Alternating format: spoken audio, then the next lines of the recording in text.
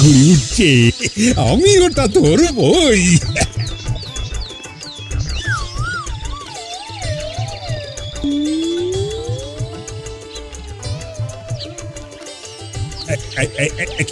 এটা কি হলো? তোরা ঘুড়িটা নিলি কেন?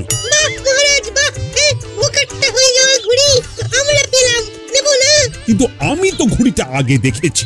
তা ঠিক, কিন্তু আপনি তো আগে হাতে পাননি। চোখে দেখা আর হাতে পাওয়ার মধ্যে বিস্তর ফারাক আছে মহারাজ। দাদু বলেছে আগে পাবে যে ঘুড়ি নেবে সে। আর তাছাড়া মহারাজ, আপনার এই ছোট্ট ঘুড়ি দিয়ে কি হবে? আপনি তো আমাদের মতন বাচ্চা নন। আমি মহারাজ হয়ে গেলে কি হবে? আমার মন কি আর শিশুদের মতন হতে পারে না? ঠিক আছে মহারাজ, তাহলে রোজ বিকেল বেলা আমাদের সাথে খেলবেন। ঘুড়ির লড়াই হবে, ঘুড়ির লড়াই। বেশ বেশ। এই রে, অনেক বেলা হয়ে গেল রে। না, এখন যাই। এতক্ষণে বোধহয় রাজসভায় সবাই আমার জন্য অপেক্ষা করছে।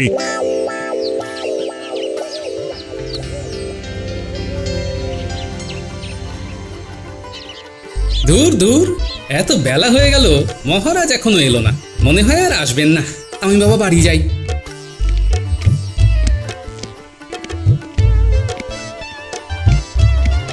কি গোপাল, তুমি রাজসভা ছেড়ে চলে যাচ্ছিলে? তোমার সাহস তো কম নয়। কি আর করব বলুন মহারাজ, রাজসভার মধ্যমণি অর্থাৎ আপনি নেই। রাজসভাটা কিরকম ফাঁকা ফাঁকা লাগছিল, তাই রাজসভা থেকে বেরিয়ে বাড়ির দিকে যাচ্ছিলাম আর। তোমার সাথে অনেক কথা আছে। মহারাজ, গোপাল একটু বেশি বখাটে হয়ে গেছে। ভালো করে কান মুলে দিন, তাহলে মাথা খুলে যাবে। কি মহারাজ, কিছু বলছেন না কেন? আপনি হঠাৎ এরকম চুপ করে গেলেন, কি ব্যাপার? মনে হয় মহারাজের মনটা খারাপ। রাতের বেলায় অন্ধকার, দিনের বেলায় আলো। আজ মোদের মহারাজের মনটি নেই যে ভালো। কিন্তু মহারাজ, আমি এটা বুঝতে পারছি না যে সকাল সকাল রাজসভায় আপনি মন খারাপ করে মুখ ভার করে বসে আছেন কেন? সত্যি কথা বলতে কি, আমার আবার ছোট হতে ইচ্ছে করছে। ছোটবেলার কথা বারবার মনে পড়ছে। যদি আবার ছোটবেলাটা ফিরে আসতো। মহারাজ, এই বয়সে ছোটবেলা কি করে আবার ফিরে পাবেন? তাহলে তো আবার ছোটদের মতন খেলাধুলো, পড়াশোনা শুরু করতে হবে। আর কি বলবো বলো গোপাল, যখন আমি ছোট ছিলাম তখন আমি নিজের ইচ্ছে মতো কত কিছু করতাম। আর এখন এই রাজপাট সামলাতে সামলাতেই জীবন একেবারে শেষ হয়ে যাচ্ছে। দেখুন মহারাজ, যার কপালে যা লেখা আছে তাকে তো সেটাই করতে হবে। আপনার কাছে রাজ্যপাট আছে বলে আপনি হা হুতাশ করছেন, আর যাদের কাছে সেটা নেই তারা সেটা না থাকার জন্য হা হুতাশ করছে। আপনি এই রাজ্যের মহারাজ, আপনার যা ইচ্ছে তাই করবেন। আপনাকে কে আটকাবে? কার বুকে কত বড় পাটা? মন্ত্রী, তুমি একদম ঠিক কথাই বলেছ। আমি আমার শৈশবটাকে যেমন খুশি যখন খুশি উপভোগ করব, আর তুমি হবে আমার সাথী। কালকে থেকে যা হবে সবই শিশুদের মতন।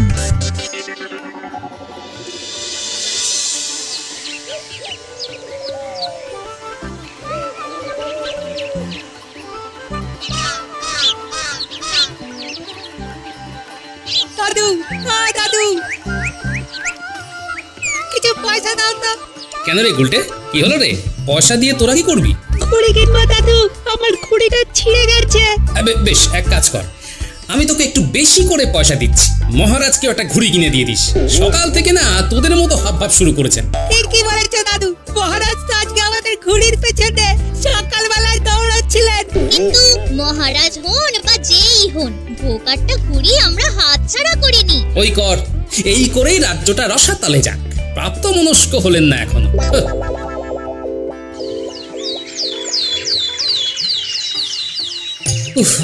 বাবারে বাবা, আজকে কত দেরি হয়ে গেল। আজকে আবার মহারাজের কাছে বকুনি শুনবো।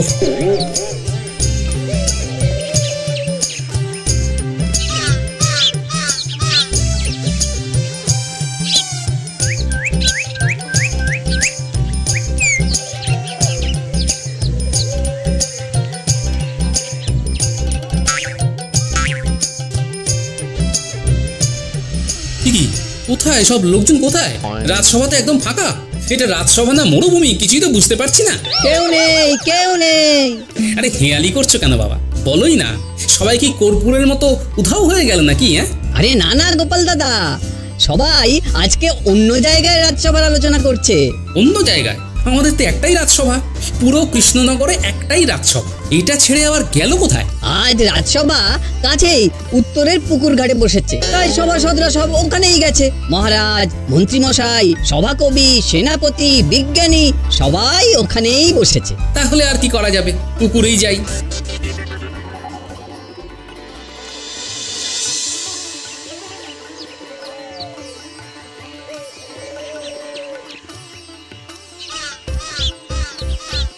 ও বাবা, তার মানে এই হলো রাজসভা। এ তো পুরো শিশু সুলভ ব্যাপার। না, এখানে থাকলে আমার মাথা খারাপ হয়ে যাবে। এমনিতেই রাজ্যের লোকজনের এত সমস্যা, সেসব নিয়ে আলোচনা নেই। এখানে শুধু জলকেলি হচ্ছে, যত সব।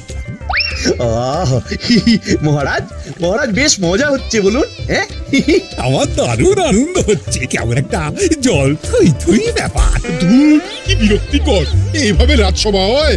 সত্যি বলতে কি মহারাজ, আমারও খুব একটা ভালো লাগছে না। তোমাদের এসব ভালো লাগবে কেন? আমি একটু শিশু হতে চাইছি, আর তোমরা সেই আদ্যিকালের বদ্যি বুড়োর মতন কথা বলছো।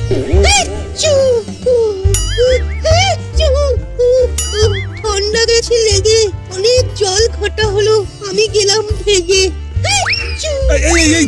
তোমরা সবাই চলে যাচ্ছ। কালকে আবার আমরা জল ঘাটবো। যা, সবাই চলে গেল। এইভাবে মহারাজের পাশে থাকলে আমি মহারাজের চোখের মণি হয়ে উঠতে পারবো।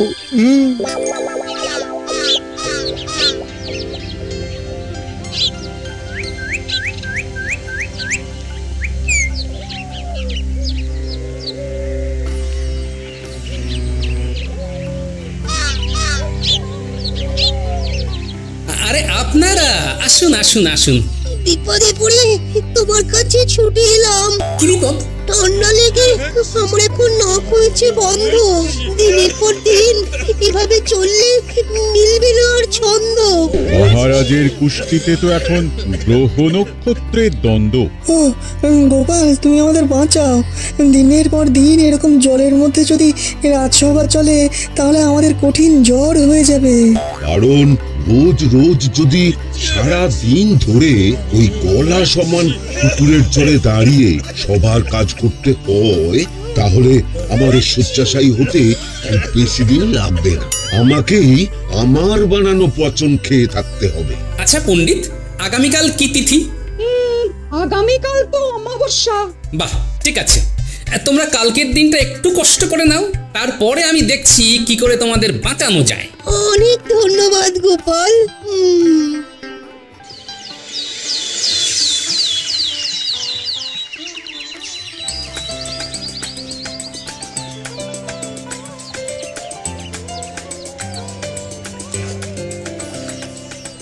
মহারাজ, আপনারা এখানে?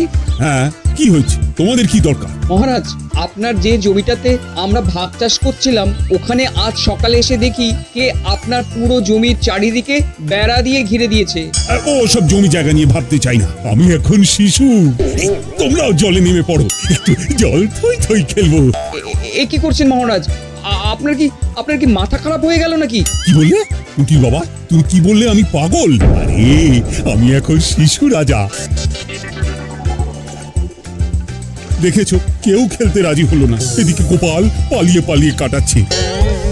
অনেক বেলা হয়ে গেল, এবার দেখা যাক সবাই কি করছে। কি মহারাজ, খুব তো দেখছি সাঁতার কাটছেন। আজ গোটা সভাটাই সাঁতার কাটতে কাটতে শেষ করছি, আর তোমার তো টিকিটাও দেখা যাচ্ছে না। আমার পুরো মাথায় টাক, পিছনের দিকে যেটুকু চুল আছে তাতে আর টিকি হয় না মহারাজ। এই বাজে কথা না বলে তুমিও আমার সাথে সাঁতার কাটো। মহারাজ, ছেড়ে দিন, ওকে ছেড়ে দিন। গোপালের বেশিক্ষণ ধরে আপনার আমার মতন সাঁতার কাটার দম নেই। দিনের বেলায় তো মহারাজ যে কেউ সাঁতার কাটতে পারে, রাতের বেলায় আপনি 1 ঘন্টা সাঁতার কেটে দেখালেই বুঝবো আপনি কৃষ্ণনগরের সেরা সাঁতার। তুমি কি বাজি লড়ছো নাকি? হ্যাঁ, আমি জানি আপনি মুখে যতই ফটর ফটর করুন না কেন, আপনিও রাতের বেলা সাঁতার কাটতে পারবেন না। ঠিক আছে, ঠিক আছে, আমি আর মন্ত্রী দুজনেই তাহলে সাঁতার কেটে দেখিয়ে দেব। ঠিক আছে, আমরাও দেখে নেব। যদি আপনারা দুজনে রাতে সাঁতার কাটতে না পারেন তাহলে কালকেই জলসভা বন্ধ। বেশ বেশ, ঠিক আছে। পারবো মানে বেশ পারবো। এই রোদ পোড়া দুপুরে রাজসভার পুকুরে নেই, যে যার বাড়ি চলে গেছে। তোমরা যাও, চুপি চুপি কাজটা সেরে ফেলো। খুব সাবধানে করো কিন্তু, যাতে কেউ টের না পায় আর না বুঝতে পারে যে তোমরা এসব করছো। আচ্ছা গোপাল দাদা।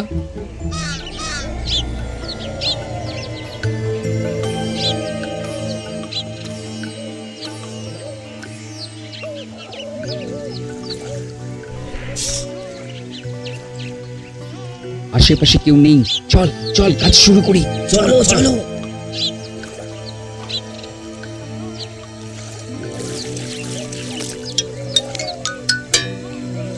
ব্যাস, কাজ হয়ে গেল।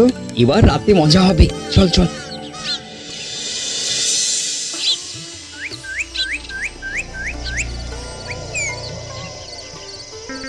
ওরে বাবারে বাবা, কি ঘুটঘুটে অন্ধকার। সে তো হবেই মহারাজ, আজ কৃষ্ণপক্ষের অমাবস্যা। সাঁতারের আবার দিন রাত কি? হ্যাঁ মহারাজ, এসব না শুনে আপনারা যে কাজের জন্য এখানে এসেছেন সেই কাজটা চট করে করে ফেলুন তো। হ্যাঁ চলো তো মন্ত্রী, দুজন মিলে সাঁতার কেটে দেখিয়ে দিই আমরা কত বড় সাঁতারু। তারপরে কালকে গোপালকেও জলে নামাবো। এবার তো মজা হবে।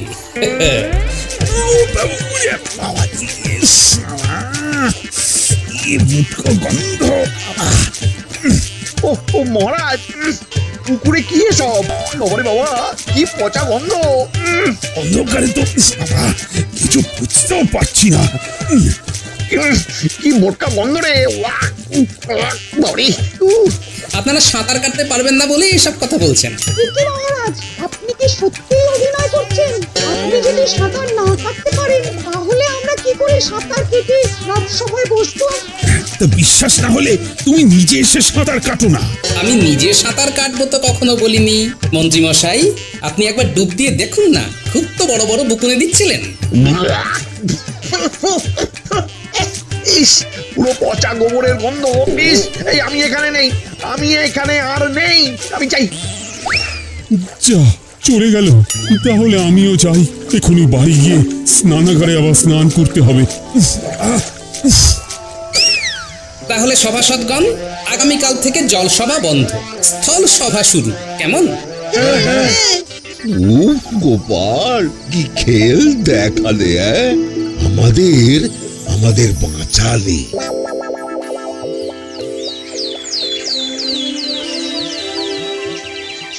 না বুঝলে, আমার আর শিশু হওয়া হলো না। আমার মনে হয় সব গোপালের চক্রান্ত। কুছ পরোয়া নেই, জলে রাজসভা হবে না তো কি হয়েছে, এবার ঝুলে রাজসভা হবে। মানে? আজকে রাজসভায় সবাই আসুক, তারপরে ওই নিয়ে কথা বলবো। হ্যাঁ মহারাজ, অনেক দিন বড় হয়ে থেকেছেন, এবার শিশু হতেই হবে। ভুলে যান, ভুলে যান সব দায় দায়িত্ব, ভুলে যান। ঠিক বলেছ। মহারাজকে এরকম তেল দিয়ে যেতে হবে, তালে তাল দিলেই আমার বেতন বৃদ্ধি।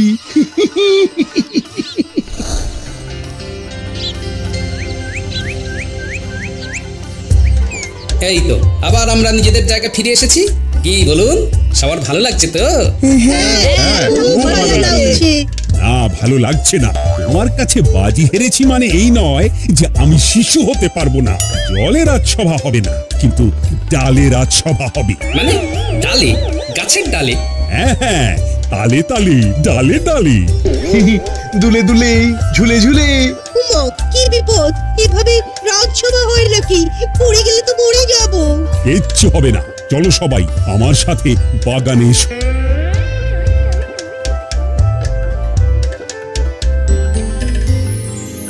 মহারাজ, আমাদের সমস্যার ব্যাপারে কিছু ভেবেছেন? ওসব ভাবার সময় নেই, আমি এখন দুলে দুলে, ঝুলে ঝুলে খেলবো।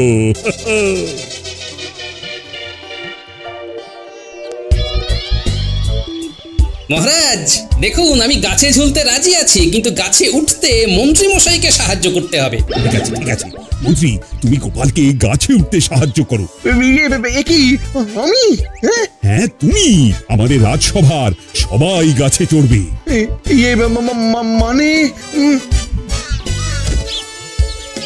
আরে মন্ত্রী মশাই, আপনি দাঁড়িয়ে দাঁড়িয়ে দেখছেন কি? আমার কোমরটা একটু চাগিয়ে ধরুন না। এই বাবুরি বাবুরি বাবুরি, ধরছি ধরছি ধরছি।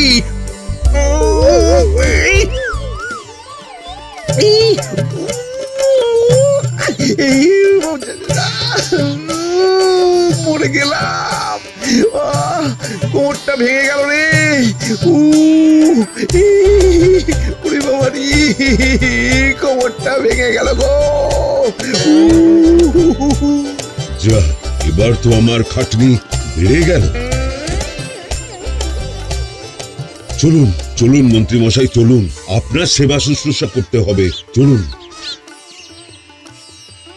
দূর দূর, কি মরতে যে মহারাজের সায় দিতে গেলাম, উল্টে আমার বিপদ হয়ে গেল গো, আমার বিপদ হয়ে গেল। মহারাজ, এসব বিপজ্জনক কাজ দেখলেন তো, হিতে বিপরীত হয়ে গেল। তাহলে আমি কি করব? আমরা আর এখানে না থাকলে আমরা কোথায় থাকবো বলো তো? আমরা তো এখন শিশু। দেখুন মহারাজ, শিশুদের আসল স্থান হলো মায়ের কোলে। আপনি আপনার স্বর্গীয় মাকে কোথায় পাবেন মহারাজ? কিছু তো একটা উপায় আছে। মায়ের কোল থেকে রেহাই পেয়ে তো সবাই পড়াশোনা করতে পাঠশালায় যায়। তাহলে কাল থেকে পাঠশালায় যাব, ওখানে গিয়ে বাচ্চাদের সাথে খুনসুটি করব।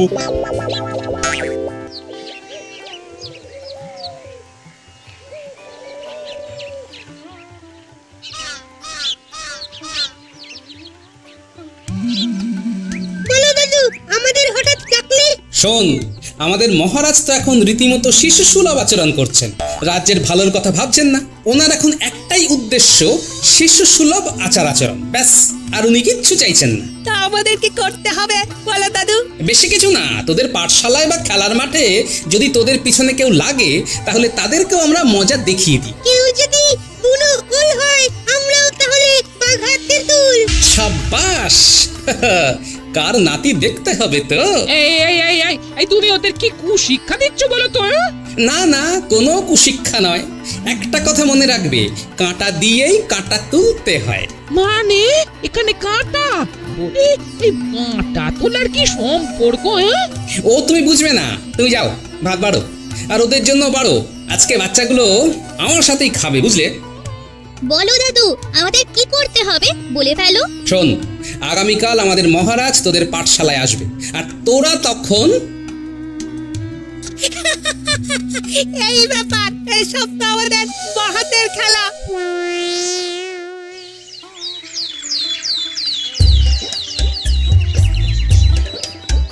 পণ্ডিত মশাই, ও পণ্ডিত মশাই, আমিও আজকে থেকে আপনার কাছে পড়বো। এই মাটি করেছে, হয়ে গেল সব পড়াশোনা, এবার লাটে উঠবে নাকি মহারাজ? আপনি কি আজকে থেকে আমাদের বন্ধু নাকি? হ্যাঁ, আমিও এখন তোদের মতো শিশু, তাই আমি তোদের বন্ধু। পাঠশালায় কোনো বন্ধু এলে আমরা তাদের নিজের হাতে মিষ্টি খাওয়াই। আমরা লোকমুখে শুনেছি আপনি আজকে থেকে আমাদের পাঠশালায় আসবেন, তাই আমরা আপনার জন্য মিষ্টি নিয়ে এসেছি।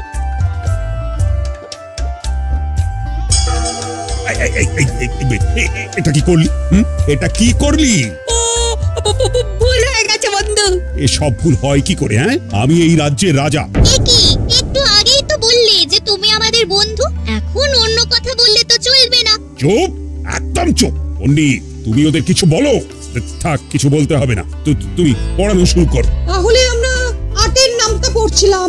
8 একে 8, 8 দুগুণে 16, 3 8 34, 4 8 32, 5 8 40। ওরে বাবা রে,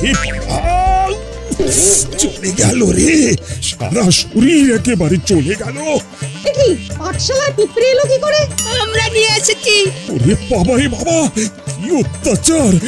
পালাই পালাই।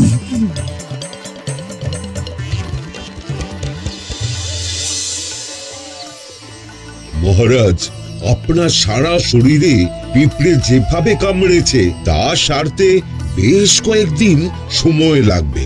একই বন্ধু, তোমার এই অবস্থা হয়েছে আমরা না খুবই দুঃখিত। আবার সহানুভূতি দেখানো হচ্ছে।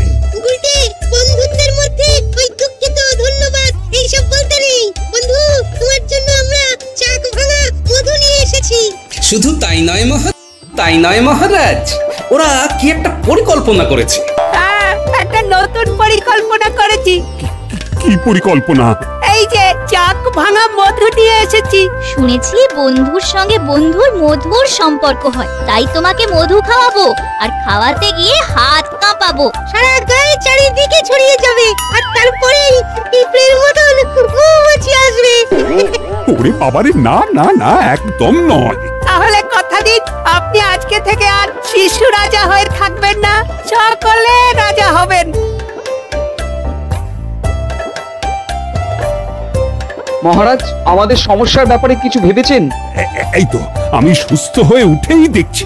জয় মহারাজ কৃষ্ণচন্দ্রের জয়। জয় মহারাজ জয়। সবাই আরেকটা কথা বলো, জয় গোপাল দাদুর জয়, কারণ আমরা যা করেছি গোপাল দাদুর কথা দিয়েই করেছি। নয়, হ্যাঁ মহারাজ।